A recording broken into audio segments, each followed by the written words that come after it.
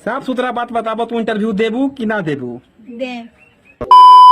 तो का हाल बा भाई लोग ये वीडियो देखे से पहले लिटरली यार हाथ जोड़ के अनुरोध बाबे कि अपना अपना कान में ईयरफोन नामक लौंड जरूर लगा ले लो, तो बिना कौन एलेसन लौड़ा लेसन के स्टार्ट कर लियो आज के बकचोदी।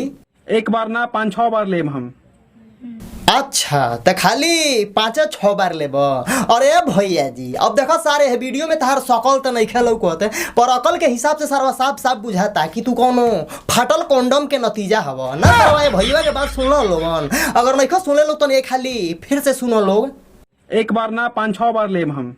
एक बार ना 5-6 बार लेम। और ये तहरी बहन के गाड़ी में खैनी पेलो इहे बतिया जाके तू अपन घर में अपन माई बहन के संगे कहता कि एक बार ना 5-6 बार लेम तो सरवा बहुत अच्छा लागत।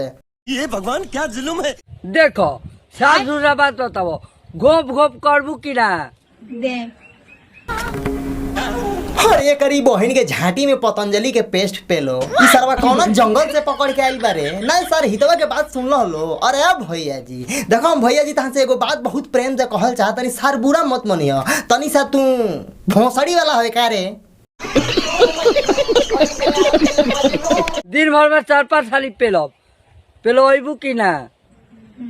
देखो तो लो सर हितवा के ना सरवा सकल से तो सकल वाला मुआ के पाहुन लागता। अब बात तो करता सरवा बुझाता कि जॉनी सिंस के पितिया उत्सार ह। आ रात के कुदका के गोरी बना के पेलो अबू कि ना?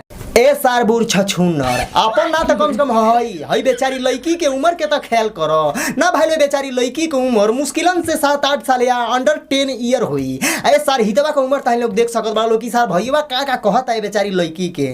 दे। हाँ इनु भइल बात, दिन भर में 4-5 थाली पेलो। ए भैया जी देखा सार उम्र से तो मतलब कि उम्र से वो बेचारी लड़की तहार भयने समान बिया आ तू बेचारी लड़की के बारे में ऐसा उल्टा पुल्टा सवाल मतलब कि उल्टा सीधा बात कहत रही। बात शोभा नहीं खे देती यार। वो बेचारी लड़की कहीं ना कहीं यार बहुत बच्ची भी है यार। अगर हाँ मान तनी सर बा हमू हरामी हई हमू कोई उल्टा सीधा बोलत रहनी रोस्ट करत रहे नहीं, बट यार हम केहू के भी उम्र देख के और हरकत देख के रोस्ट करे नहीं। वो बेचारी के ऊपर मान लो यार वो बेचारी नाचत या वो बेचारी के ऊपर कोनो मुश्किल बाटे यार, कोनो परेशानी बावे वो बेचारी के मतलब कोनो वीडियो में वो बेचारी कहले बिया कि ओकरा बाप के तबीयत खराब बावे ये वजह से वो नाचत या के तो सर कुछ बोल देबा। अरे तहारी बहन के झांटी में अरे गरी बहन के कैमरामैन समझा ले सारे हितवा के ना ऐसा कूद के मारे सार के जमानी पर गू फेंक दे सार बुझाइल। दादा सच में। तो बस भाई लोग आज के बकचोदी हम खत्म करता नहीं। आई होप कि वीडियो तुम्हें अच्छा लगा लो तो भाई वीडियो अच्छा लगा वीडियो को लाइक कर दियो। वीडियो अच्छा ना लगे वीडियो को डिसलाइक कर सकते बड़ा लो यार। चैनल पर नया बड़ा तो प्लीज यार सब्सक्राइब करो लो यार। अब भाई लोग ये वीडियो देख के केहू के भी हेट यानी कि बुरा लगल हो तो भाई लोग बुरा मत मनियो लो यार। ये वीडियो बस हई सार 2-4 ठौरन के समझाए खातिर बनल बा। तो ये वीडियो कोई भी दिल पे ना लियो लो। तो फिर से मिलते हैं नेक्स्ट वीडियो में, तब तक के लिए